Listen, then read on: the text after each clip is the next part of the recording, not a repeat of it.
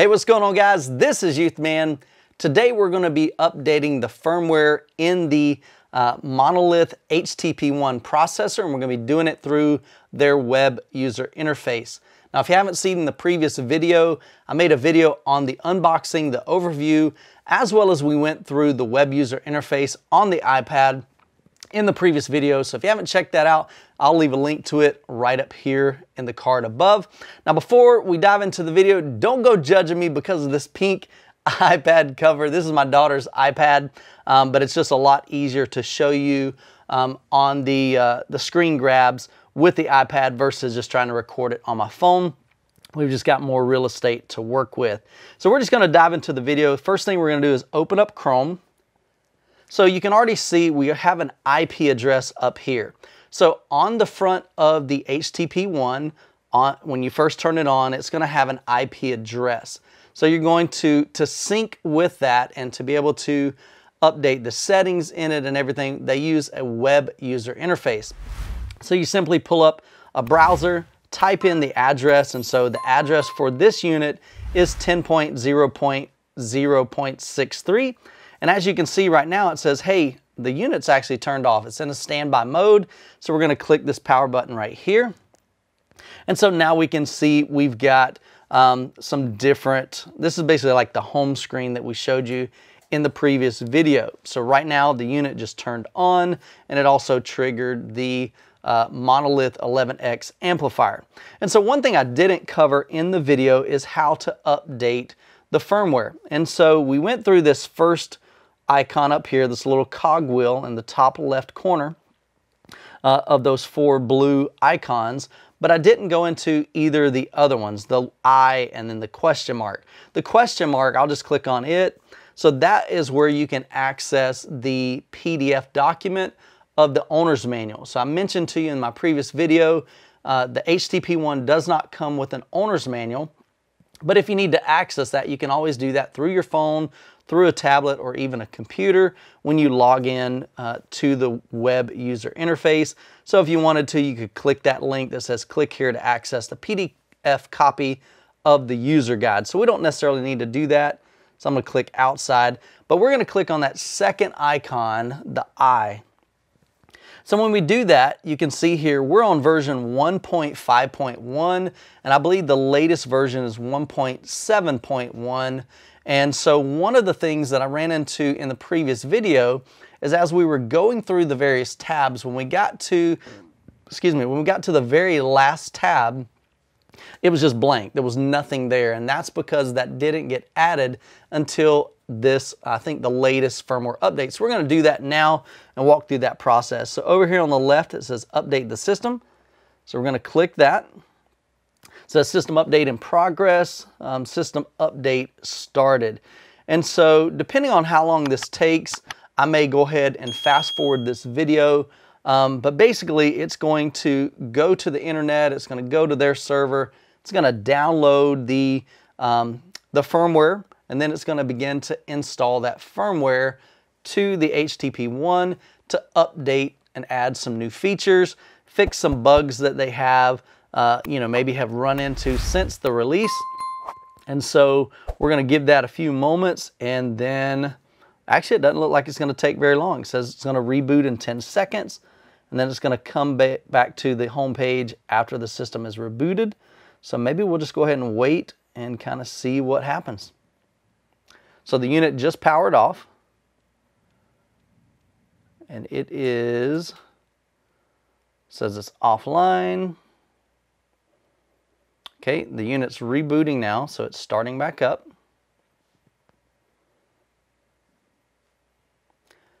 Every system's a little bit different. Sometimes it'll take, 5-10 minutes. This may not take very long, so we'll just kind of hang tight and see if it's a short process, see if there's any hiccups, if it has, if it updates. And then I also want to take you back into that menu to show you, what has been, at least one of the things that I know of that has been added. And I'll talk about a couple of things I didn't know as far as the volume and kind of this home screen of how that looks. So we'll kind of go over that as well.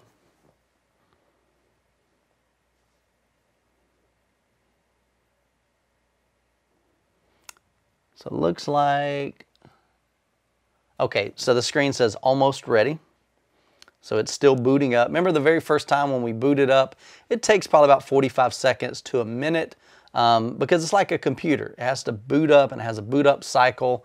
And then once it boots up for the first time, then it defaults to a fast start kind of boot up. And so, all right, so it looks like it's pretty much booted back up. So I think we should be good to go there. So we don't have any warnings or anything. So I'm going to click back on the I. And so we're still looking at 1.5.1. So I don't know if I have to refresh, but it didn't say we had to. So I'm going to give it just another few seconds. Then probably what I'm going to do, I'm going to try to refresh this page and see if that updates. We're just going to go ahead and do that because it's not doing anything. We don't have any kind of warnings or any kind of, indication that it's doing anything right now. So I'm going to refresh the page. Let's click on I, and it's still showing 1.5.1. So let's click Update System. Huh. So it did not take the first time, it looks like. So that's interesting. So we'll give it another shot. Let's see what happens. So again, it's going through the same process. Now, one thing I do like about this is some processors, you have to go to the manufacturer's website, find the file, download the file, save it to a thumb drive, then bring it in here, plug it in, boot it up, go into the menu, tell it you want to update the software, update the firmware, and then you can remove the thumb drive and you're good to go there. I definitely like the fact that we can do all of this remotely. I don't have any cables going to the HTP-1. As long as it'll actually update, that'll be good. If it doesn't update, then we'll have to contact Monolith and see what's happening there. But hopefully this time it'll show us 1.7.1 because that's what we're looking for, is that latest firmware. So one of the things, as I mentioned, that very last tab basically allows you to send test tones, kind of like in your normal AVRs where you can go into the speaker configuration and you can go to your levels and it'll play a test tone. You can take something like your SPL meter and see, how loud is your left speaker, how loud is your center, how loud is your right, go through all your Atmos and your surround channels and be able to level match those so that they all play roughly the same volume. We're actually going to be doing that with Dirac, but before we even jump into Dirac, I want to make sure we're using the latest software version of the HTP-1, hopefully to eliminate any issues in, with those, kind of working together. So again, we're back to the home screen. I'm looking at the front of the unit. Everything seems fine. It's booted up. The amplifier is on.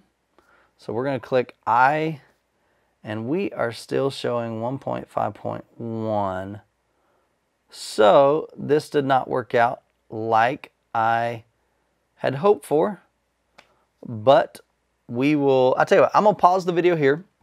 I'm going to reach out to Monolith, see why, maybe there's something I'm doing wrong. Then I'll come back to the video and let you know on the update. 5 minutes later. All right, guys, so I reached out to Monolith via email and I received a reply back from Hobie, and here's what he says.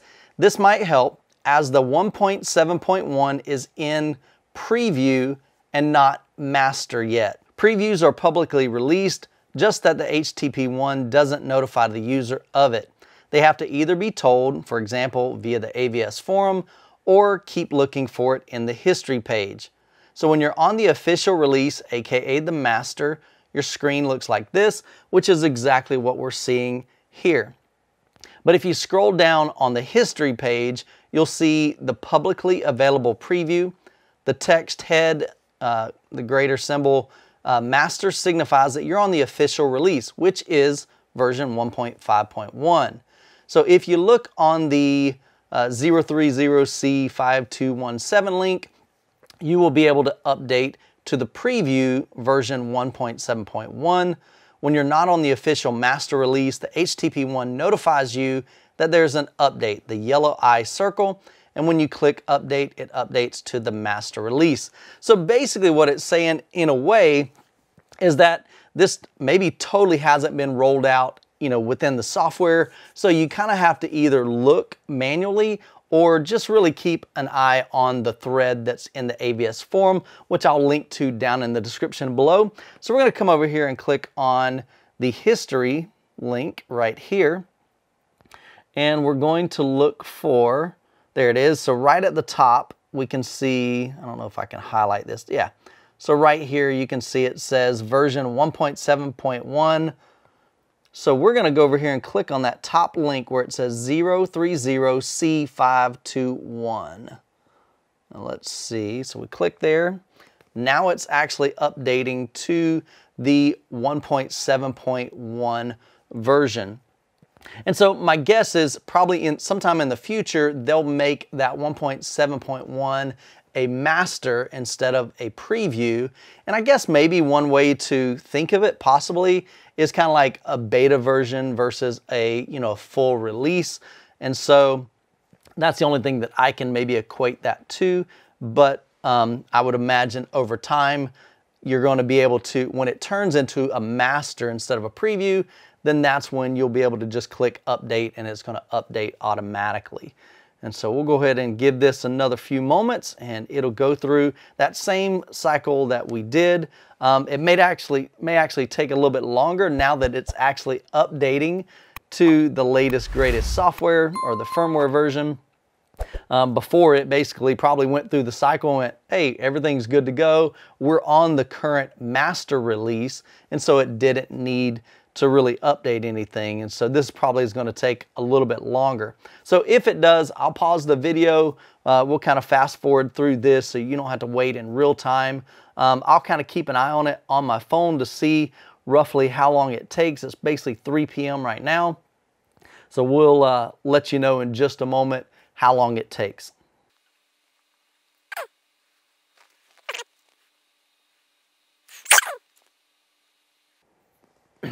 All right, it looks like it's rebooting. That only took about a minute. So we'll see if this is updated after it reboots. So pretty much what I'm seeing on the iPad is exactly what I'm seeing on the front display of the unit itself. So right now the unit just powered down.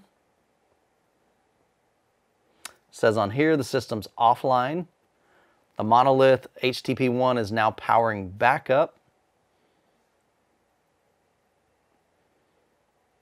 And typically when it does a full reboot, it bypasses that quick boot up. So it takes a little bit longer. Usually I think it's about 30 seconds, maybe a minute for it to fully boot up. So it's still showing the Monolith, the logo on the front of the display of the unit.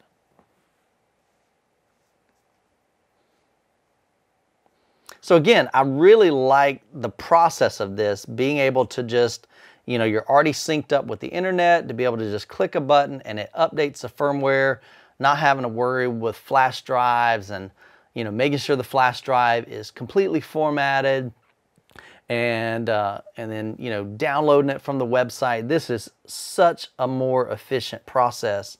So it looks like the first 2 times it wasn't a glitch. It just didn't have that as the master. So it went online and it said, hey, you're on the current version, the 1.5.1. However, there was a future version, the 1.7.1. Okay, so it on the screen it says almost ready. It just finished. It just powered up. And I see the amplifier's on, so we should be good to go. So I'm going to click on the I here.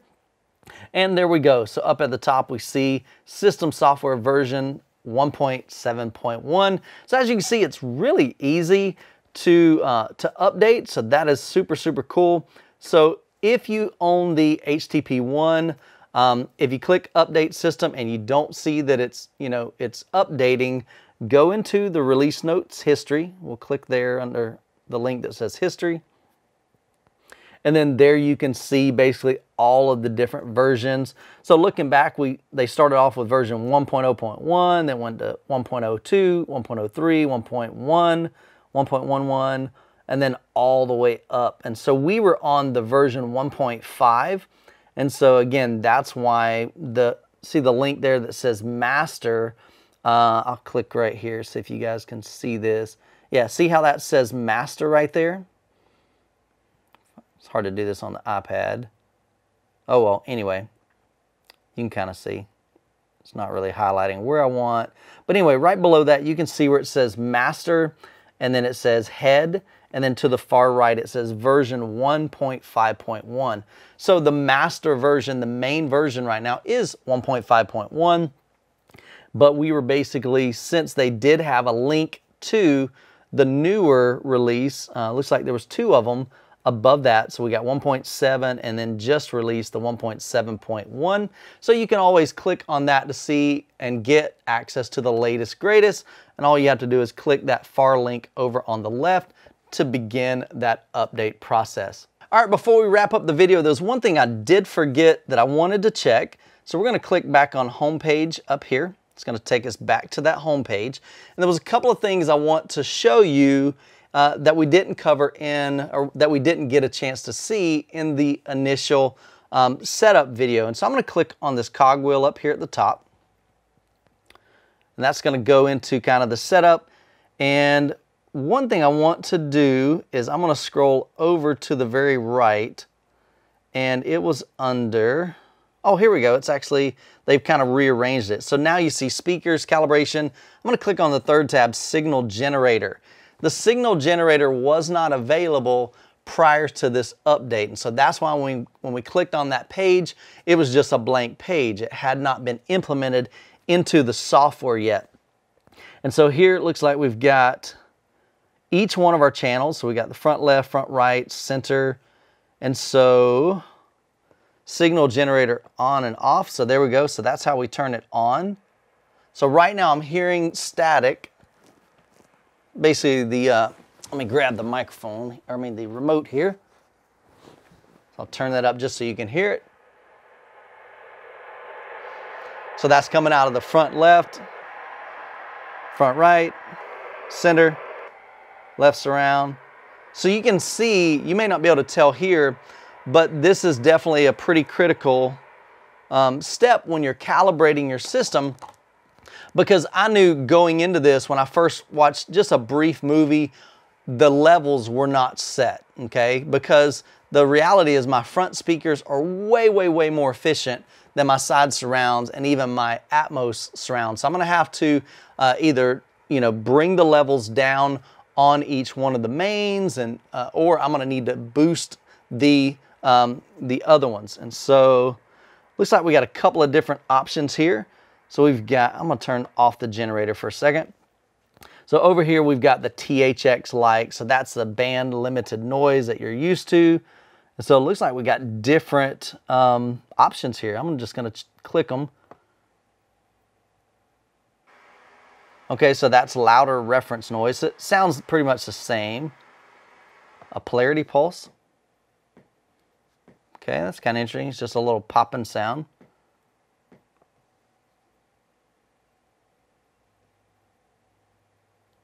I don't hear anything for left input signal. Right input as signal. So I'm not sure what those do. And then you've got the sine wave. Okay. So you can hear that noise. So cool. So typically, in a normal receiver, AVR, you're going to have, that kind of white noise. Now the one thing I need to figure out though is I'm not seeing any levels here. So we're generating the test tones, but I need to figure out how do you increase and decrease each one of those levels, So if I need to boost up my side surrounds of volume using my SPL meter, I can read that, but I'm not seeing on here where you adjust that level. And so we will have to check on that. So that will be, again, that'll be something else that I'll share with you as I learn this software, as I learn the HTP-1. And of course, any hiccups that we kind of run into along the way, I'll be sharing with you those as well. Well guys, hopefully this video has been helpful to you. Next step is we are going to be installing Dirac Live, and so I'll be downloading that software onto a computer, hooking up my UMIC 1 mini DSP microphone, and we'll be going through Dirac, and I'll be walking you through my process.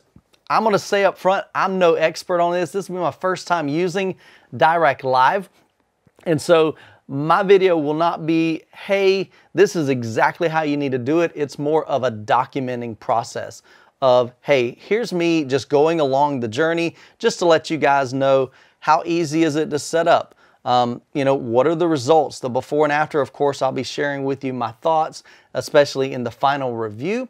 And so make sure you're subscribed to the channel if you're interested in the Monolith HTP-1, but also I've got the Marantz SR8015 that I'll be reviewing and doing an unboxing later on this week. The review, of course, will become probably 3 or 4 weeks after that. I'll need to spend some time with the HTP-1. I'll remove that, install the SR8015, which is a pretty much a flagship receiver in the Marantz series.